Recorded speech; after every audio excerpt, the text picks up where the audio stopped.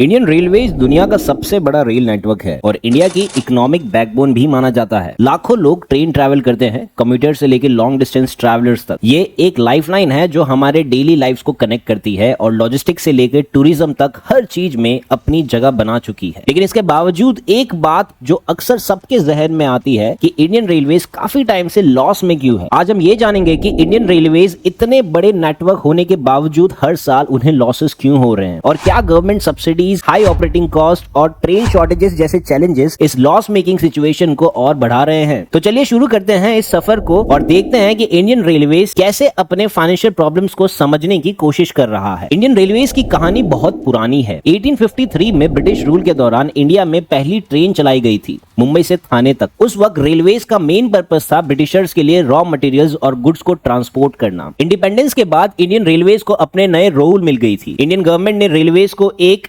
National asset बना दिया जो सिर्फ लोगों की सफर के लिए नहीं बल्कि इकोनॉमिक डेवलपमेंट के लिए भी जरूरी था। पैसेंजर सर्विसेज और फ्रेट सर्विसेज को इंप्रूव करने के लिए रेलवेज को इन्वेस्टमेंट और मॉडर्नाइजेशन की जरूरत थी। 1970s और 80s में इंडियन रेलवेज को सब्सिडाइज करना शुरू किया गया, जिसमें फेयर्स को लो रखा गया ताकि कॉमन पीपल को अफोर्डेबल ट्रैवल मिल सके। लेकिन यह अप्रोच इंडियन रेलवेज के फाइनेंसेस पर हैवी बर्डन डालने लगा। लेकिन 2004 में जब लालू प्रसाद यादव इंडियन रेलवेज के मिनिस्टर बने, उन्होंने काफी रिफॉर्म्स और कॉस्ट कटिंग मेजर्स इंप्लीमेंट किए। उन्होंने फ्रेट अर्निंग्स को बूस्ट करने के लिए नए प्राइसिंग स्ट्रेटजीज और न्यू ट्रेन्स इंट्रोड्यूस की। इसका नतीजा ये हुआ कि इंडियन रेलवेज ने अपनी हिस्ट्री में पहली बार प्रॉफिट देखा। एक एग्जांपल गरीब रथ एक्सप्रेस का है जो उन्होंने अफोर्डेबल ट्रैवल के लिए इंट्रोड्यूस की थी। ये एयर कंडीशन ट्रेन्स थी लेकिन इनका फेयर नॉर्मल एसी ट्रेन से कम था। ये फेज एक इंपॉर्टेंट टर्निंग पॉइंट बना, लेकिन लॉन्ग टर्म सॉल्यूशंस की कमी थी और फाइनेंशियल सस्टेनेबिलिटी अब भी एक चैलेंज बना हुआ है। इंडियन रेलवेज की रेवेन्यू मॉडल को समझना जरूरी है क्योंकि ये लॉसेस को समझने में मदद करता है। इंडियन रेलवेज का रेवेन्यू प्राइमरीली दो चीजों से आता है। पहला है पैसेंजर फेयर्स और दूसरा है फ्रेट चार्जेस। पैसेंजर फेयर्स पर गवर्नमेंट सब्सिडी देता है ताकि टिकट्स अफोर्डेबल रहे। मान लीजिए एक ट्रेन का असली कॉस्ट 1.5 रुपया पर किलोमीटर है। अगर आप 100 किलोमीटर का सफर करते हैं तो टोटल कॉस्ट होना चाहिए 150 रुपए। लेकिन इंडियन रेलवेज ये टिकट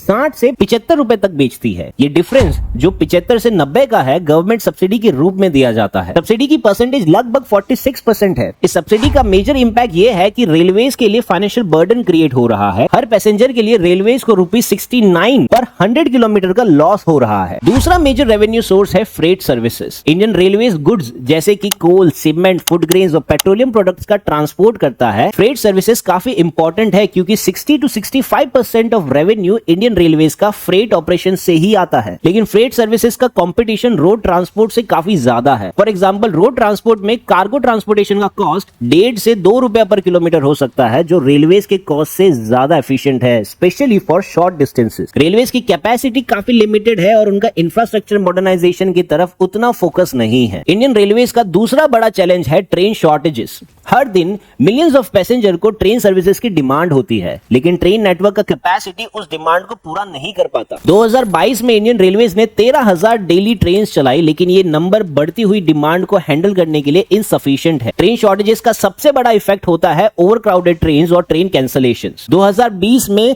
15% ट्रेन कैंसल्ड हो गई। इसका मतलब यह है कि पैसेंजर को ऑल्टरनेटिव ट्रैवल अरेंजमेंट्स करने पड़ते हैं, जो उनके लिए फाइनेंशियल लॉस और इनकन्वीनियंस का रीजन बन जाता है। 80% ऑफ ट्रेन्स अभी भी नॉन एसी और स्लो मूविंग है। मॉडर्नाइजेशन और न्यू ट्रेन सर्विसेज की कमी है, जिससे कम्यूटर्स को कंफर्टेबल और टाइमली ट्रैवल मिलने में प्रॉब्लम्स आती है। इंडियन रेलवेज का तीसरा मेजर इशू यह है कि मेजॉरिटी ऑफ द पैसेंजर्स जो डेली कम्यूट करते हैं उनके लिए बेसिक सर्विसेज की जरूरत है। वंदे भारत एक्सप्रेस एक एग्जांपल है जो हाई स्पीड और मॉडर्न सर्विसेज प्रोवाइड करती है। ये ट्रेन्स रिच और बिजनेस क्लास पैसेंजर्स के लिए है ताकि वो ओवरक्राउडेड नॉर्मल ट्रेन्स का बर्डन ना बढ़ाए। गवर्नमेंट का ये एम है कि वंदे भारत जैसे प्रीमियम ट्रेन्स को इंट्रोड्यूस करके नॉर्मल ट्रेन्स की कंजेशन को कम किया जा सके। इसका मतलब है कि गवर्नमेंट एफिलुएंट पैसेंजर से ज्यादा चार्ज करती है प्रीमियम सर्विसेज के लिए और ऑर्डिनरी पैसेंजर्स को सब्सिडाइज फेयर्स प्रोवाइड करती है ताकि उन्हें अफोर्डेबल ट्रैवल मिले। लेकिन ये अप्रोच तभी इफेक्टिव हो सकती है अगर बेसिक सर्विसेज को इग्नोर ना किया जाए। अगर प्रीमियम सर्विसेज को ज्यादा प्रायोरिटाइज किया गया तो कॉमन पैसेंजर्स को सेफ और कंफर्टेबल ट्रैवल की कमी हो सकती है, जो उनकी डेली ट्रैवल की जरूरत है। रेलवेज का प्राइवेटाइजेशन हमेशा एक कंट्रोवर्शियल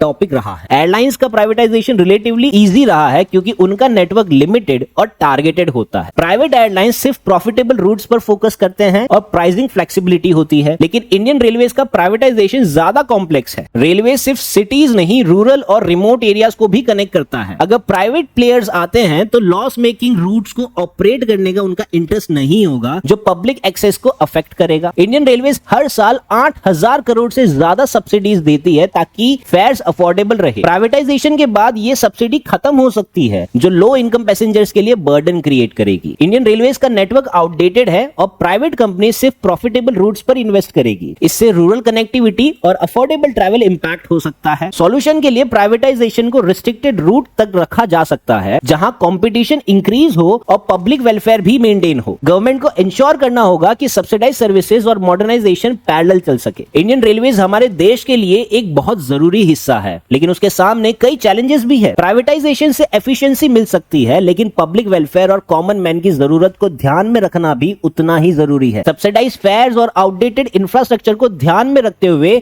रेलवेज को मॉडर्नाइज करना होगा। आगे चल के रेलवेज को पब्लिक और प्राइवेट पार्टनरशिप से सस्टेनेबल और अफोर्डेबल सर्विसेज प्रोवाइड करनी होगी। अगर सही रिफॉर्म्स किए गए, इंडियन रेलवेज अपने मिशन को कंटिन्यू रख सकता है और मिलियंस ऑफ इंडियंस के लिए रिलायबल और अफोर्डेबल ट्रांसपोर्ट का सोर्स भी बन सकता है।